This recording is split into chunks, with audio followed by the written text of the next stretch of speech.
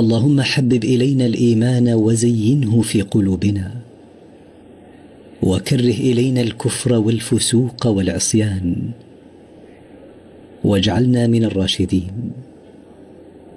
اللهم توفنا مسلمين، وأحينا مسلمين، وألحقنا بالصالحين غير خزايا ولا مفتونين. اللهم إنا